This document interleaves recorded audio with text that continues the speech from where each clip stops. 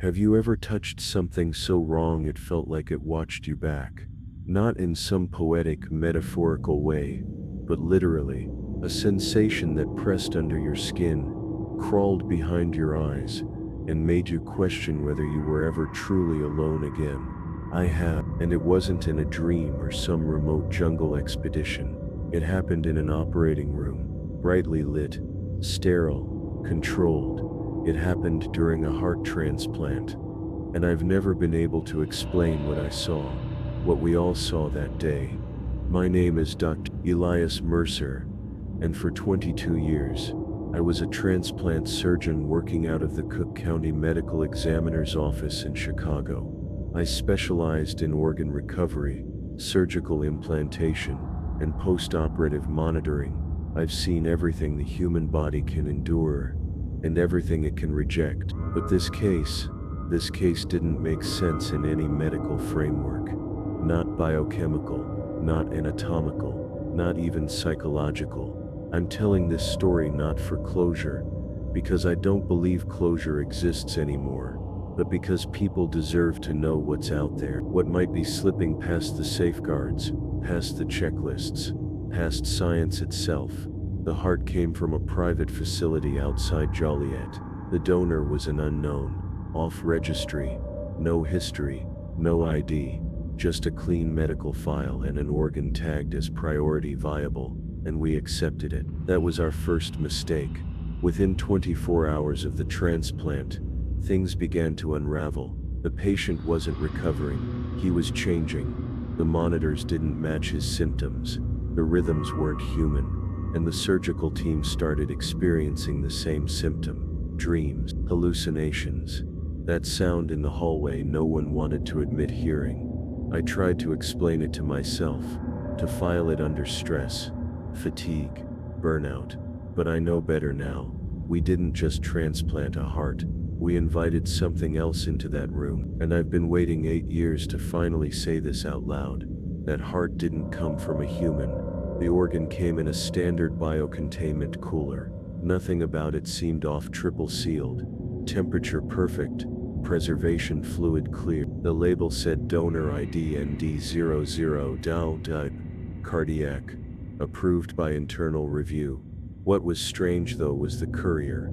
He wasn't with the usual partner transport teams. No life source badge, no ID, no urgency, just a man in a gray raincoat, even though it hadn't rained in days. He didn't speak much, just handed over the cooler, signed the clipboard and said, "This one doesn't like to be alone for long." He smiled after he said it, but it wasn't warm. It was like he was trying to smile, mimicking it. Before I could ask anything else, he turned and walked out of the hospital without a word. I logged the heart and did a cursory inspection. At first glance it was flawless, plump with no contusions, steady perfusion, no visible defects. But the coloration, it wasn't right. It was too dark, not necrotic but dense, like the tissue held something thicker than blood. I chalked it up to preservatives, maybe just the lighting. We prepped the patient, 39 years old, end-stage heart failure, high priority on the list, stable, a good match.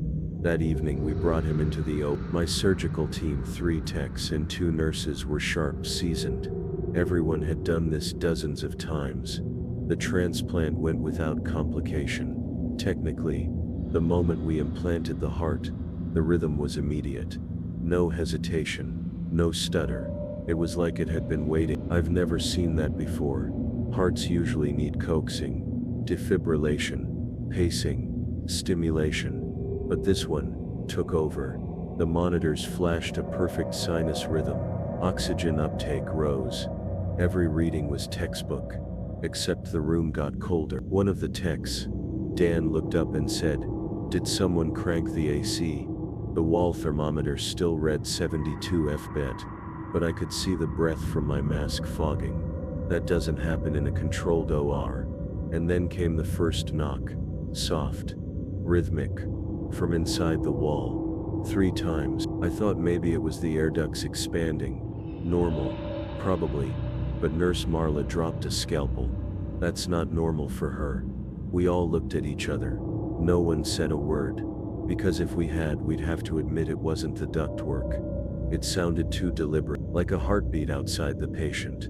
After we closed up, I stayed behind while they wheeled him into recovery. I had to know why the room felt so off. I walked to the wall where we'd heard the sound, placed my palm against the cold tile. Nothing. Until I leaned close, and I swear I felt something pulse beneath the grout. Not vibration, not airflow, a pulse. The next morning, I checked on the patient first thing. He was awake. He shouldn't have been. Post-op sedation usually lasts a solid 12 hours, especially after a full cardiac transplant. But there he was, sitting up in bed.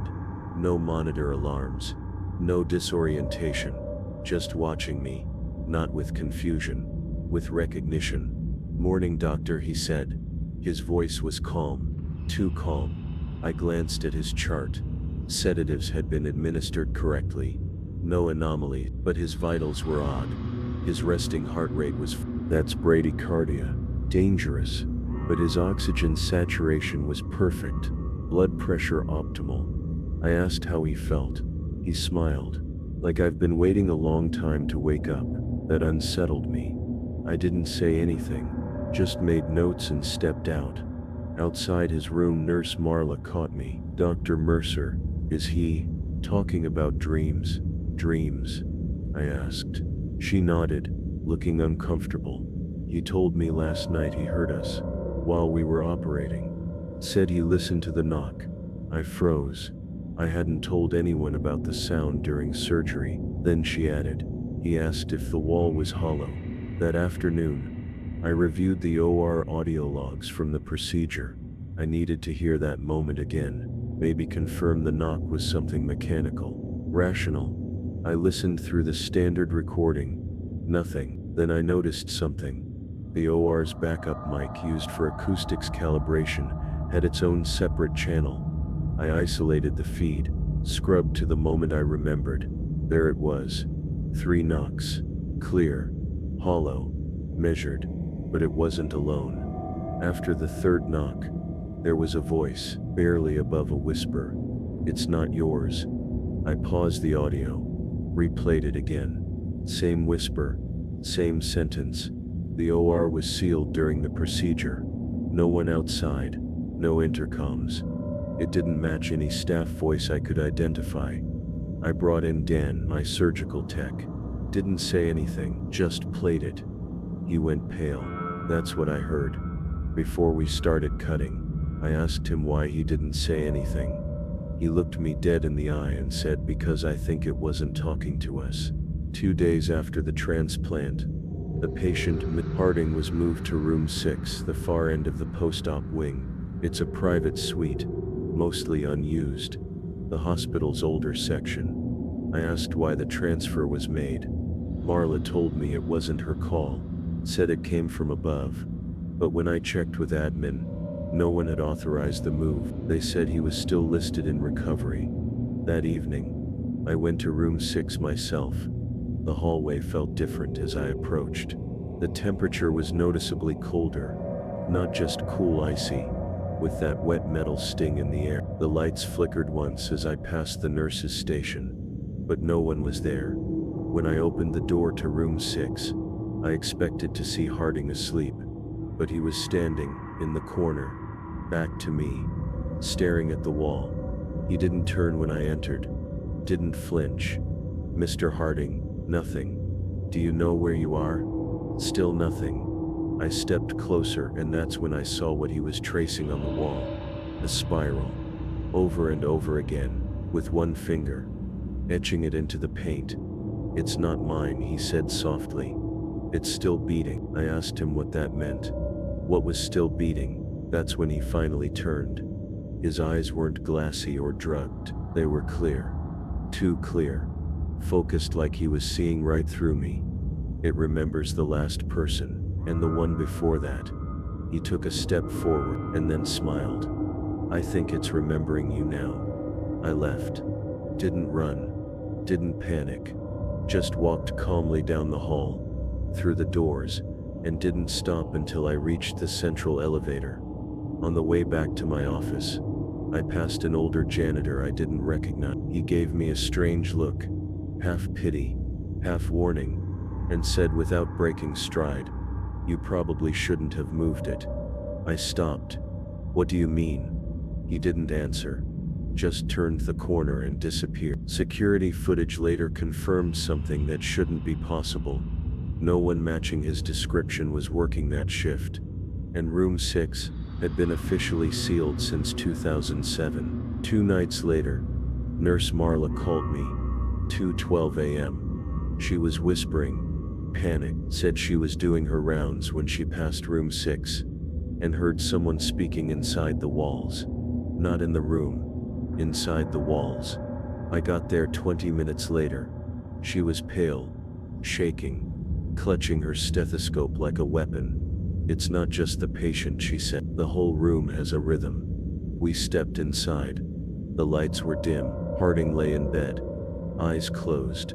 But the monitors, EKG, pulse ox, blood pressure, they were all spiking every few seconds. Like his body was reacting to something we couldn't see. Marla pointed at the vital screen. I saw it too. 2 separate rhythms. One was his natural heartbeat, but beneath it was another one. Faster, fainter, but perfectly consistent. Like a second heart. I checked his chest. No surgical errors. No signs of complications. The incision site was clean. Then Marla whispered, "Do you hear that?" We both froze. There it was again. Knock, knock, knock. This time it wasn't in the wall. It was under the floor. I moved toward the sound. Every few steps it grew louder, more confident, like it was responding to me. We checked the service blueprints the next day. Room 6 was built over an old storage chamber, disused since a fire in 1995, never reopened. No power, no maintenance access. But the hospital maintenance record showed something chilling. 4 days ago, someone used a master key to enter that sublevel. Name listed on the log? Dr. Elias Mercer. My name. But I hadn't signed anything. And I don't even have access to that floor. I reviewed the CCTV from that hallway. The timestamp matched. It showed a man in surgical scrubs entering the corridor, badged to the door. But the camera never captured his face. The moment he turned toward the lens, the footage glitched, just static. Only one frame was clear. In it, he's standing with his hand on the scanner, and in the reflection of the glass door behind him is me, lying on the floor, eyes open, mouth moving, as if whispering something over and over. I couldn't ignore it anymore. I used a master key from facilities. No permission, no escort, just me, a flashlight, and the access logs that said I'd already been here before. The hallway past room 6 was colder than I remembered. Dead air, lights flickering like they were breathing. The door to the sublevel groaned open like it hadn't moved in years. And the smell hit me. Not rot, not mold. Formalin, copper, old blood. The staircase down was steep, caged in metal, and led to a massive chamber lined with sealed storage doors. No electricity, but my flashlight caught something on the far wall. Etched symbols, spirals and crosses carved into the concrete with something sharp, maybe fingernails. I walked deeper. Each door was labeled, most unreadable from fire damage or rust. But one, near the center, was perfectly preserved. Organ unit 9. A chain wrapped around its handles, fresh, untarnished. And beneath it, a note scratched into the steel with something crude. "Do not open while it still dreams." I should have left, but I didn't. Instead, I followed the rhythmic knock. It echoed faintly, like it was coming from inside one of the compartments. Same beat, same tempo, like a second heartbeat. Constant, rehearsed. I found a hatch on the back wall, leading to what looked like a control booth or observation cell. Inside, more preserved items. Photos, audio reels. I scanned the tags. They weren't hospital property. They were older, military, private, and one of the folders had a stamp, Project Vessel, Cook County Branch. Inside, a file dated night, scanned pages, handwritten notes. The organ retains rhythm even after host death. Signs of pattern cognition when isolated. Attempted disposal, unsuccessful. Resuscitation follows contact. Do not initiate transplantation. The heart chooses. I flipped to the back. Taped to the last page was a Polaroid photo. Black and white. A heart suspended in fluid. Hooked to nothing, but still beating. And standing behind the tank, a man in scrubs, face obscured by shadow, but on his badge barely legible was a name, E. Mercer. I stumbled out of the booth with the file clutched in my hand. The knock was louder now, faster, coming from inside the walls, no under the floor, and then, it stopped, total silence, and in that breathless quiet, I felt something else. Something I hadn't admitted until that moment. I wasn't alone down there. There was a hum behind me like static before a radio locks on, and then clear as a whisper in my ear. You brought me back. I turned, and there he was, the man from the surveillance footage. Same posture, same scrubs, same badge, but his skin wasn't right, too smooth, too pale like wax, and his eyes, they looked just like mine. He didn't speak with his mouth, but I heard him. You were the last, and the first. The cycle returns. I asked what he meant, who he was. His head tilted just slightly. I am the rhythm. You are the vessel. He stepped forward, slowly, controlled. The chain on the cold storage door began to vibrate, even though nothing touched it. This heart does not pump blood. It remembers form. It remembers pain. I backed into the wall. My flashlight flickered out. The chamber went completely dark, but I could still see him, not with my eyes, with something deeper. I saw patients on tables, dozens, hundreds, their bodies cut, opened, filled. Each time the heart was moved, from one to the next, and each time, it carried something with it. A memory. It had no soul of its own. It borrowed one, and when I asked why me? His answer chilled every atom in my bones. Because you are the first one to listen. Then he placed a hand on my chest, and I felt it. Another heartbeat, inside me, sinking, slowly, perfectly. I don't remember how I got out of that basement. I woke up in my car in the hospital parking garage. Hands trembling, chest vibrating. I checked my vitals. Heart rate exactly 66 BPM. No fluctuation, no variance. Even after climbing stairs, sprinting to the ER, or holding my breath for a full minute, it stayed exactly the same. I ordered a full cardiac scan, told the tech I was checking a research anomaly. The results: my heart looked normal, except there was a thin layer of calcification forming around the pericardium. Too thin to be dangerous yet, but I recognized the pattern. The exact same density and shape noted in Harding's charts. I reviewed the patient's file again. He was still stable, still smiling, still tracing spirals on the glass window of his room. I noticed something else that hadn't been there before.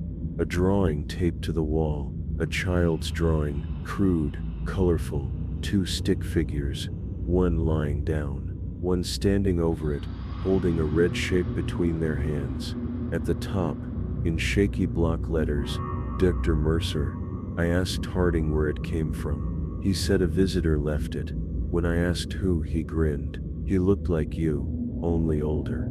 He told me you'd come back, told me we were just the start, told me the others are waking up. He pointed to the monitor, still running that double rhythm. That's what he said they'd hear first. The second beat. I asked what he meant by they. His grin faded. Everyone who's touched the organ, everyone who's heard it, they're all carrying it now. My chest throbbed once, but not from pain, from presence. That night I got home and found an envelope taped to my door. No stamp, no return address. Inside, a photograph, black and white, taken from a security camera. It showed me sitting at my desk, writing something, but I was alone in the room, except for the reflection in the window, standing behind me, hands clasped behind its back, smiling. I ran every test I could: blood, imaging, EEG, even sleep studies.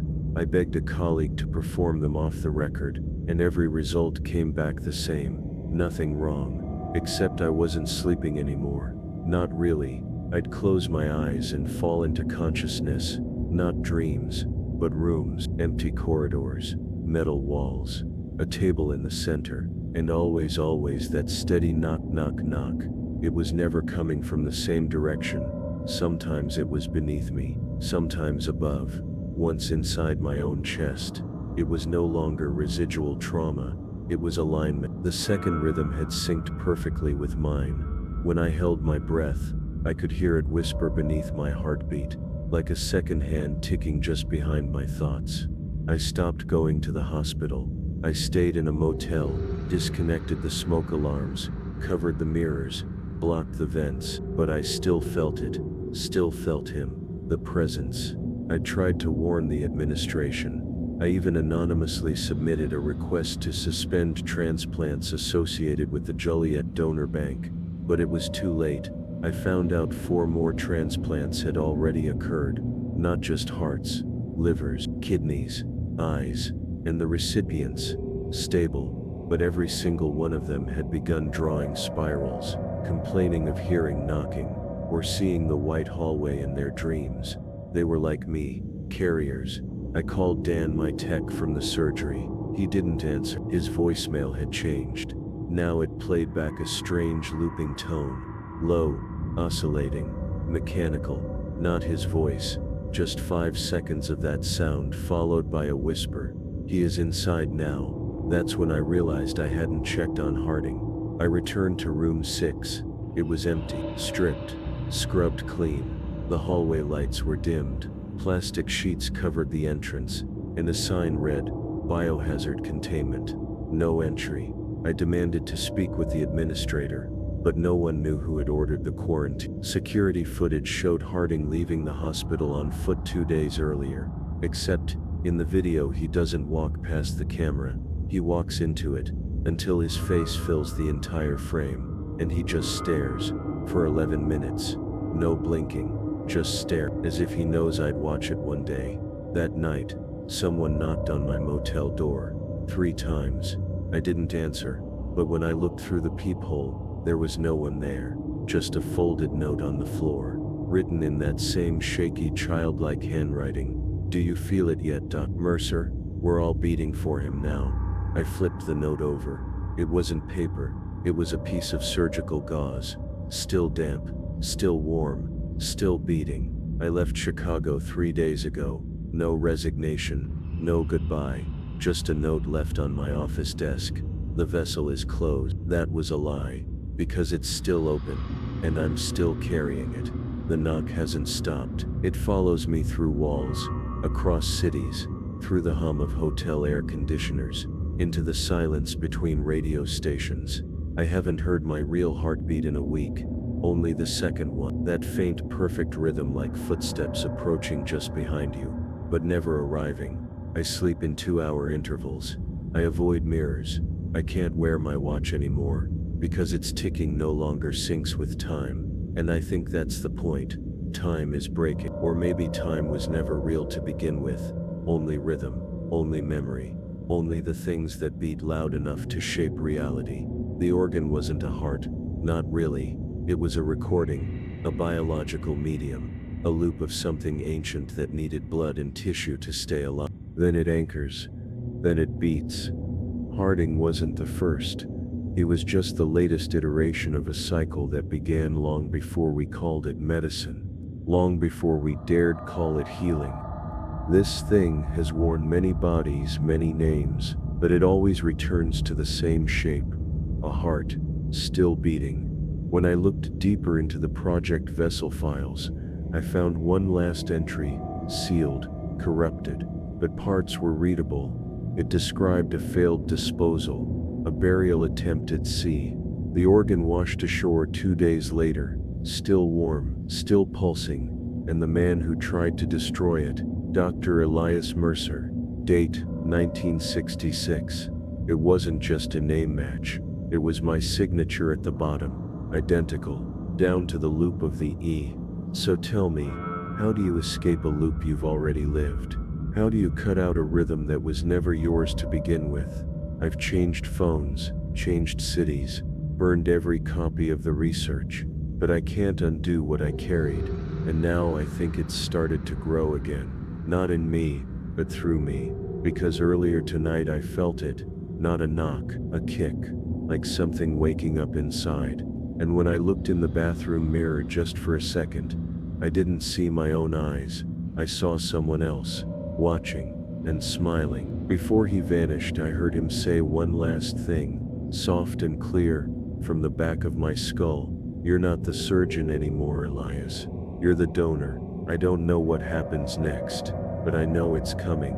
The beat is spreading, and now, you've heard it too.